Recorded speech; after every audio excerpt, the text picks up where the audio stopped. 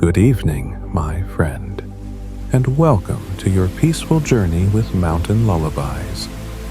Tonight, allow me to be your guide as we drift into a world beyond time, a place where legends whisper through the wind, and the shores of Avalon glow beneath an eternal twilight.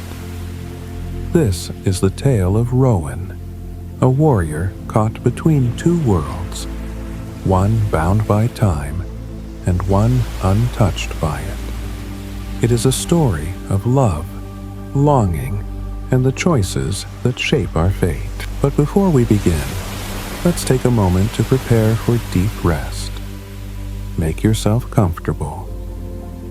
Feel the soft embrace of your bed beneath you, the warmth of your blanket wrapping around you like a gentle cocoon. Breathe deeply. Inhale through your nose, drawing in calm and tranquility, like the crisp air of the mountains at dawn. Hold it for a moment. Now exhale slowly through your mouth, releasing the weight of the day, letting tension drift away like mist over a still lake. Let go of the world outside. Any lingering worries, any thoughts of tomorrow, set them aside. This is your time to rest, to surrender to stillness. With each breath, sink deeper. Imagine yourself lying beneath a vast sky filled with shimmering stars, the soothing hush of distant waves lulling you into serenity. You are safe. You are at peace. You are here in this quiet moment, and that is enough. Now, when you're ready, close your eyes. Let me take you to the shores of Avalon. Let the story begin. The first light of dawn stretched across the rolling hills of Cornwall, casting golden rays over the mist-covered forests and the jagged cliffs that met the roaring sea. Rowan, a warrior of Pendragon's Guard, rode at the head of his men, his dark cloak billowing as his horse's hooves pressed into the damp earth of the forest path. He was 27 years old, in the prime of his strength, yet his soul carried the weight of countless battles. Rowan had never feared war. He had fought for his people, defended the lands of his ancestors, and stood unshaken in the face of death. But there were moments, in the silence between battles, when he longed for something he could not name, a restless yearning that no victory had ever satisfied. As they rode deeper into the woods, the morning fog swirled between the towering oaks and ancient yews, the air thick with the scent of damp earth and sea salt. It was Rowan's favorite time of day, a moment of solitude before duty reclaimed him. His men, hardened warriors of Pendragon's Guard, followed in quiet respect, sensing his need for stillness. They were loyal, bound to him by years of brotherhood, yet none of them truly knew the restless ache in his chest. Rowan had always belonged to Cornwall. He had fought for it, bled for it. But lately, a whisper of something beyond these lands had begun to call to him. Then he saw her. A figure on horseback emerged through the mist, riding toward them with an ethereal grace that did not belong to this world. Her horse was white as the crest of a wave, its mane flowing like silver-threaded silk. And atop it sat a woman unlike any Rowan had ever seen. Her hair was as dark as a midnight sea, her skin fair as moonlight, and her eyes, deep, endless blue, held an ageless knowing, as if she had seen centuries rise and fall like the tide. Rowan's men stirred, their hands moving instinctively to their weapons, but he lifted a hand to still them. There was no threat here, not in the way he understood. The woman's gaze locked with his, calm, steady, certain. Time itself seemed to pause, the forest holding its breath. The rustling leaves, the distant cry of seabirds, even the rhythmic crashing of the waves beyond the cliffs, all of it faded into nothing. And then she spoke. "Rowan," she said, her voice soft as the wind, yet carrying the weight of something absolute. "I have come for you." A ripple passed through his men. She knew his name. Rowan did not move, did not speak. He simply watched her, waiting. The woman dismounted her horse in a single fluid motion, the hem of her silver-blue cloak brushing against the earth. She stood before him, unafraid, unwavering. "I am Alicia," she said, as if that alone should answer everything. "And you have been waiting for me."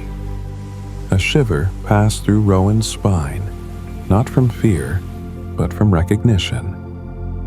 He had never seen this woman before, and yet, somehow, he knew she was right. He had been waiting for her. Rowan sat motionless atop his horse, his dark eyes locked onto Alicia's. The weight of her words settled into his chest like the tide drawing back before a storm. "You have been waiting for me." The air between them was thick with unspoken understanding, though Rowan could not name the feeling rising within him. He had fought countless battles, faced death more times than he could count. And yet, standing before this woman, he felt utterly powerless, not from fear, but from the inexplicable pull in his soul. Behind him, his men shifted uneasily. Elias, his second-in-command, cleared his throat, his hand still resting near the hilt of his sword. "Who are you really?" Elias demanded, voice edged with suspicion. "What business do you have with our lord?" Alicia did not so much as glance at him. She remained focused on Rowan, as if he were the only one who existed in the entire world. "I come from Avalon," she said finally, her voice as smooth as the still waters of a midnight lake. "And Rowan must come with me." A murmur rippled through Pendragon's guard. The name Avalon was one of legend, a place whispered in fireside tales, a land beyond the sea where the air was thick with magic and time stood still. Some called it a paradise, others a curse, but none had ever laid eyes upon it. Rowan exhaled slowly. "Avalon is a myth. Is it?" Alicia tilted her head slightly, a hint of something almost playful in her gaze. "And yet here I stand." Rowan's grip tightened on his reins. He could feel the eyes of his men on him, waiting for his response. His heart pounded against his ribs, not with fear, but with longing. A longing he had never been able to explain, not until this moment. The restless ache that had plagued him for years, the unspoken pull toward something beyond Cornwall's shores. It had always been her. "I have come for you." The words echoed in his mind like a prophecy long since written. "Why me?" he asked at last. Alicia took a single step closer, the morning mist curling around the hem of her cloak as if the very air bowed to her presence. "Because you were never meant to stay here," she said simply. "You belong somewhere else." Rowan swallowed hard. He wanted to deny it, to laugh at the absurdity, but the truth burned inside him like a brand. He had always known. He was meant for more than this. A sharp breath behind him broke the trance. "Rowan," Elias said in a low voice, "this is madness." The words were meant to steady him, but they did the opposite. Madness? Perhaps. But so was living a life that never felt entirely his. so was waking up every morning and feeling as though he were waiting for something that never came. And now, standing before him, was the answer. "What if I say no?" Rowan asked, his voice quieter now. Alicia did not waver. "Then I leave, and you continue as you always have." She held his gaze, her next words carrying the weight of certainty. "But you will always wonder." The air grew heavy. Rowan hated how true her words felt. He thought of the land he had sworn to protect, the people he had fought beside. Pendragon's guard was his family. Cornwall was his home. And yet, as he looked into Alicia's eyes, he knew with every fiber of his being, his fate lay elsewhere. A decision clawed at his chest. He turned to his men. "Ride on without me." Shock rippled through them. "Rowan," Elias started, but Rowan shook his head. "This is something I must do." The silence stretched unbearably long. Then, slowly, Elias nodded, though his face was lined with worry. "If this is your path, my lord, may fate be kind to you." Rowan dismounted his horse. He let his fingers skim the saddle, a silent farewell to the life he had known. Then, without another word, he stepped toward Alicia. She did not smile, but he saw something in her gaze. Recognition. Acceptance. As if she had known this was always how it would end, Alicia turned, mounting her horse in one fluid motion.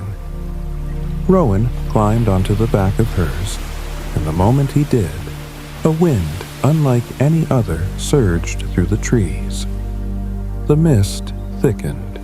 The very air seemed to tremble, as if the world itself was shifting around them. And then they rode. They rode past the towering oaks and the whispering rivers, past the cliffs where the sea stretched endlessly into the horizon, past the ruins of forgotten kings and the graves of warriors who had never known another world.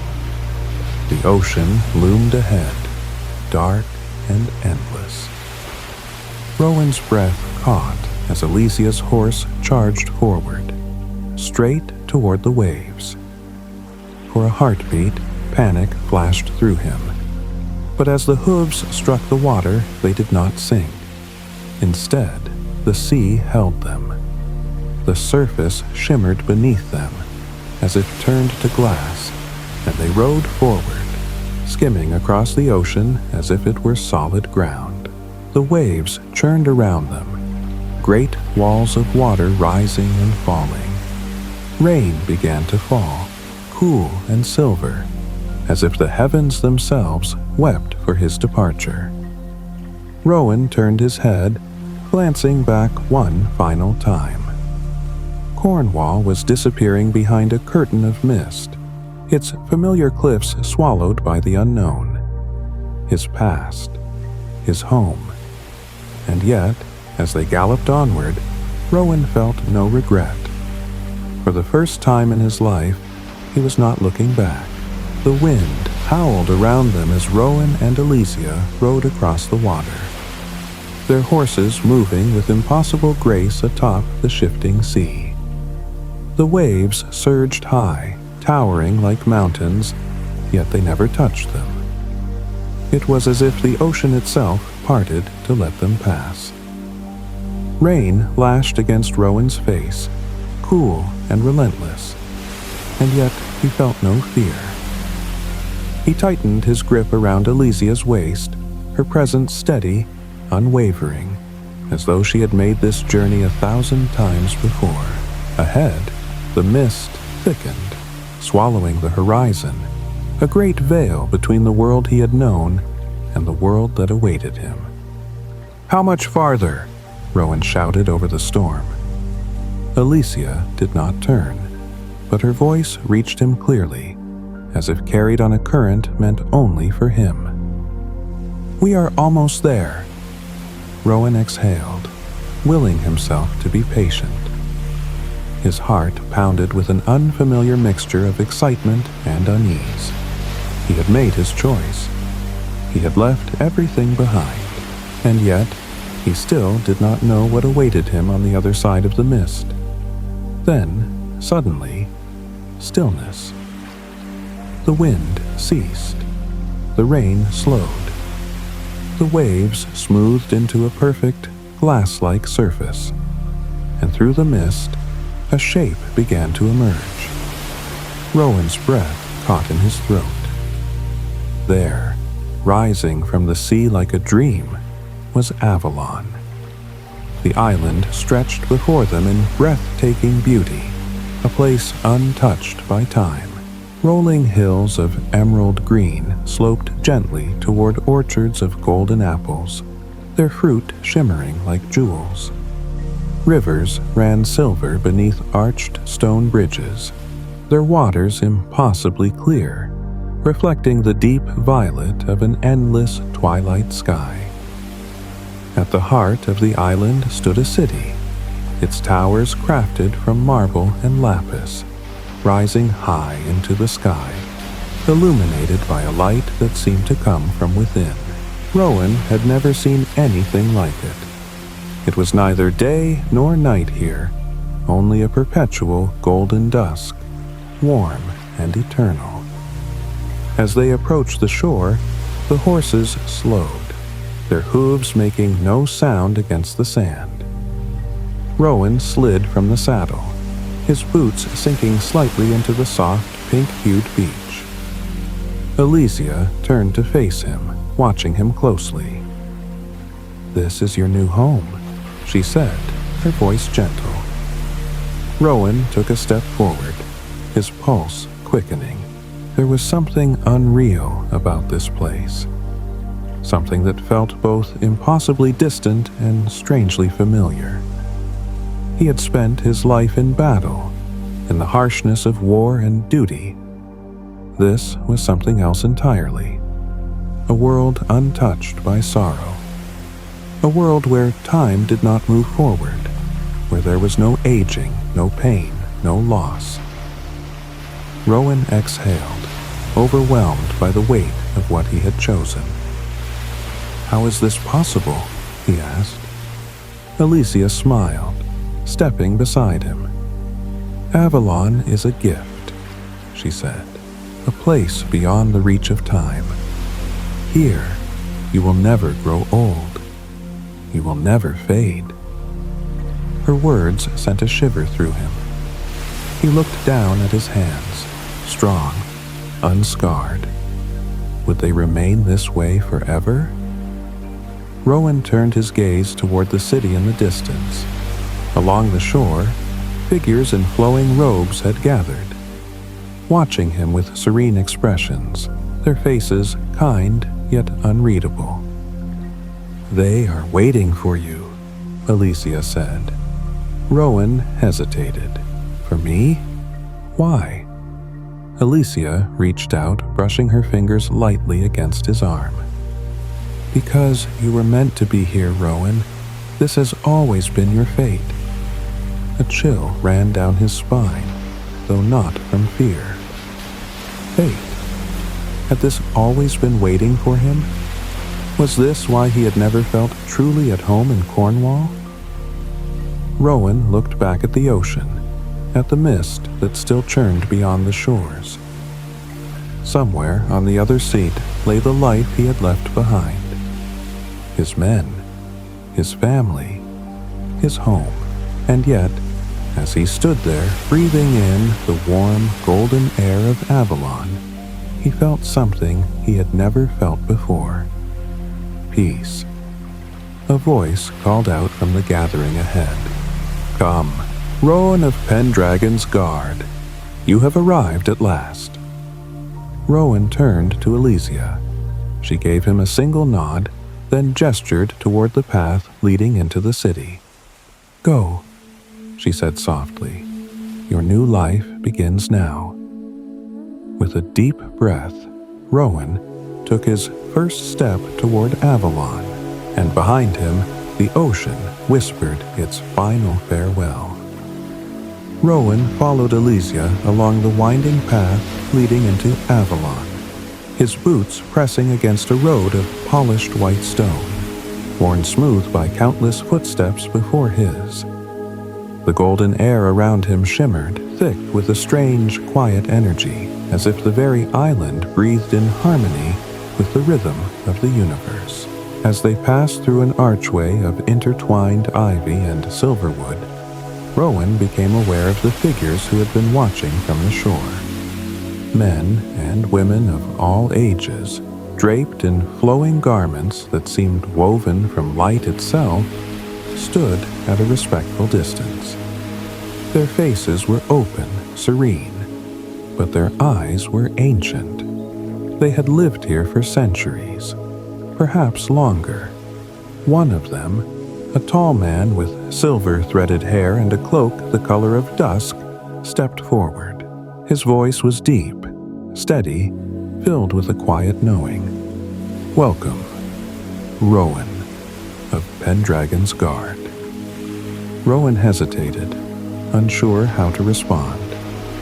He had been greeted in many ways before, as a warrior, a commander, a brother in battle, but never like this, never with such reverence.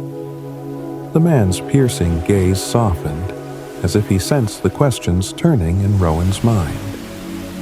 "There is much you do not yet understand, but in time you will."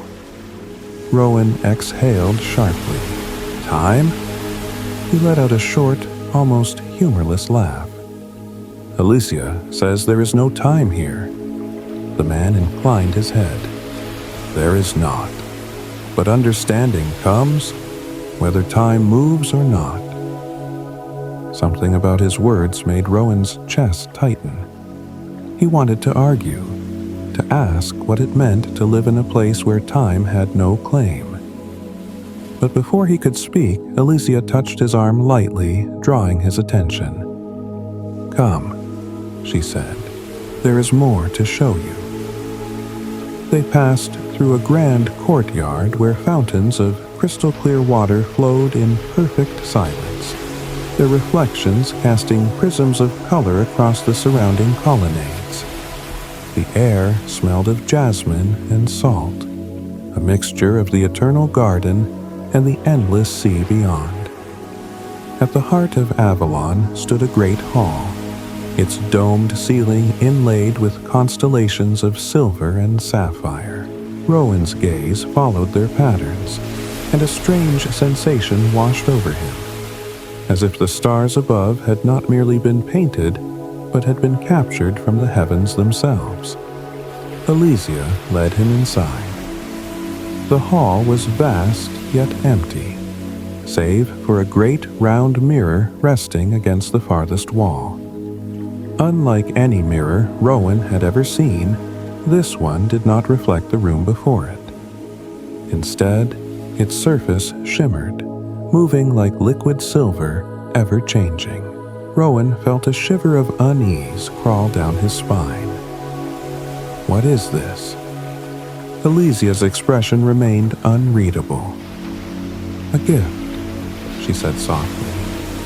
"It will show you what you have left behind."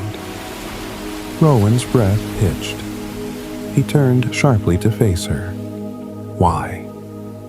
She studied him for a long moment. "Because before you truly choose to stay, you must understand what you can never return to."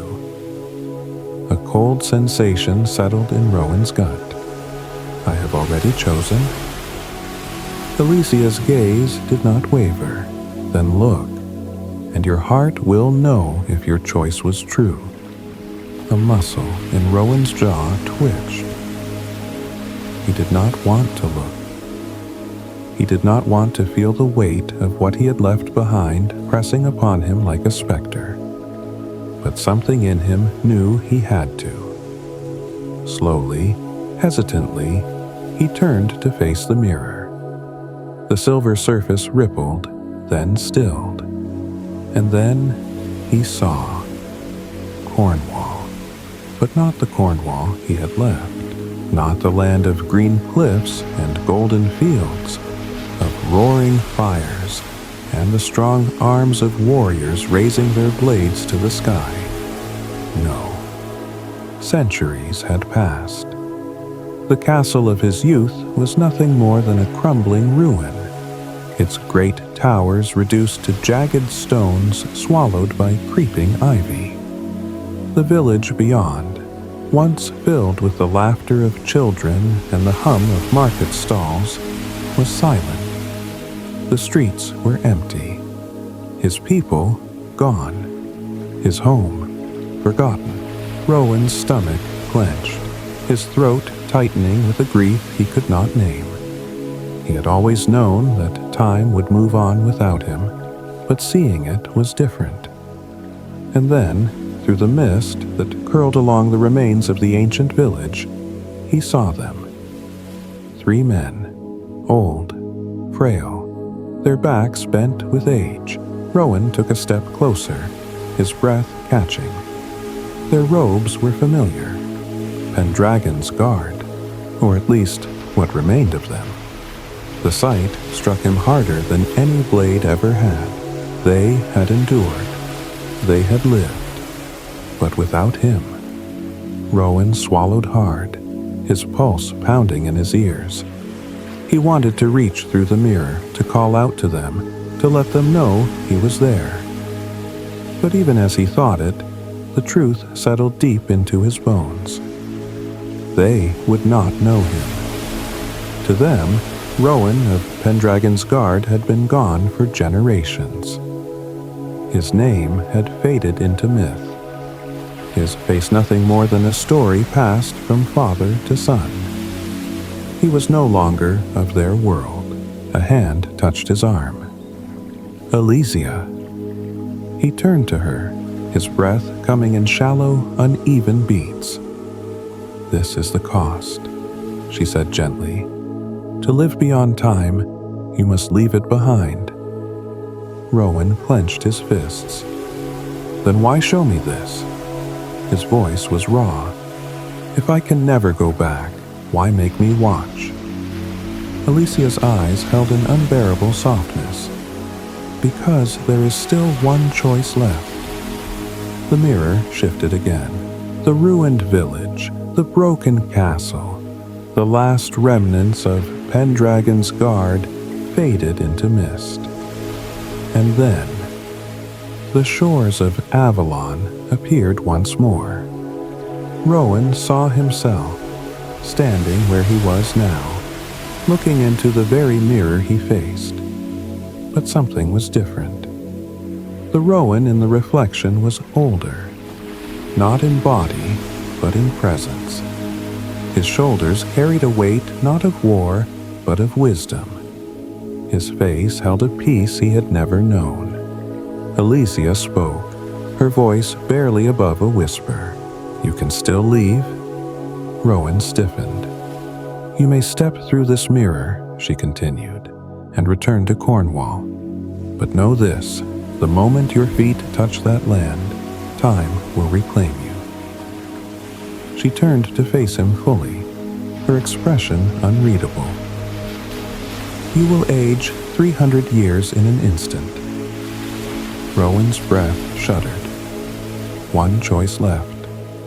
Step through and return to a world that no longer knew him, to die in a land that had already buried his name, or remain in Avalon, beyond time, beyond everything he had ever known. His heart pounded, his hands trembled, and then he chose. Rowan's breath came slow and heavy, each inhale laced with the weight of a choice that could never be undone.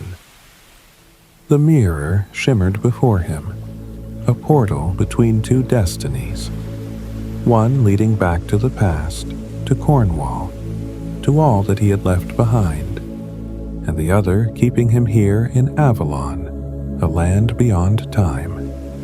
He stared at his own reflection, The Rowan on the other side was aged not in years, but in knowledge, his eyes carrying the burden of something Rowan had yet to understand. Alicia stood beside him, silent, offering neither guidance nor persuasion. This decision was his alone. Rowan's hands clenched at his sides. Could he truly leave?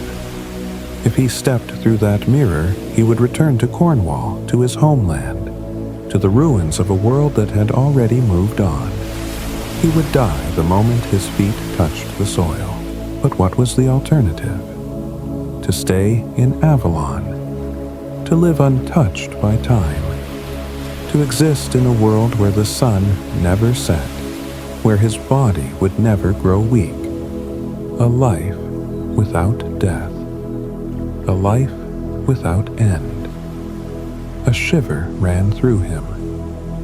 For so long, he had searched for something beyond the life he had known, ached for something greater than war, than duty, than the slow march of days that never seemed to lead anywhere. But now, standing on the precipice of eternity, he wondered, had he truly understood what he was searching for? His gaze flickered back to the mirror. The image of Cornwall blurred, its misty fields and crumbling walls fading like the remnants of a dream upon waking. The choice was slipping from him. His heart pounded. Rowan. Alicia's voice was soft, steady. She was watching him, not with expectation, but with understanding. He swallowed. What happens if I stay? Alicia studied him for a long moment before she spoke. You will live. Rowan exhaled sharply. Forever? She inclined her head. For as long as Avalon exists. Rowan's chest tightened. He thought of his brothers in arms, long since gone. The laughter of his men echoing through the great halls of Pendragon's Guard. The warmth of the fires in winter, the weight of a sword in his hand, the thrill of battle, and then he thought of Cornwall as it was now, a place he no longer belonged to, a place that had forgotten his name. His voice came hoarse. Will I ever long for what I left behind? Alicia's gaze was unreadable. Perhaps. She reached for his hand then, fingers cool and light against his skin. But longing fades. Memory softens. In time, you will come to understand that you were always meant to be here. Rowan's throat felt dry. It sounded like a promise. It sounded like a curse. He closed his eyes. One final breath. One final thought of home. Then, he turned away from the mirror. Behind him, the silver surface rippled once more, then stilled.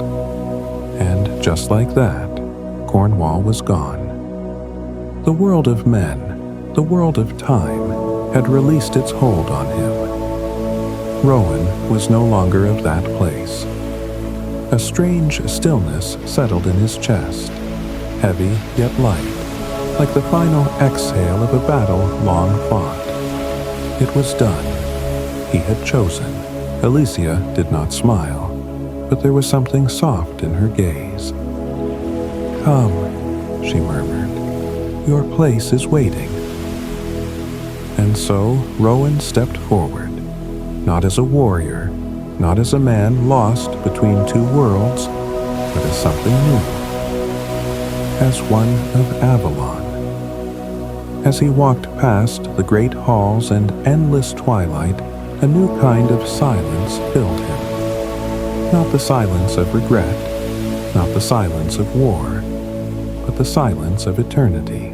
As the story fades into the stillness of the night, let yourself drift deeper into rest.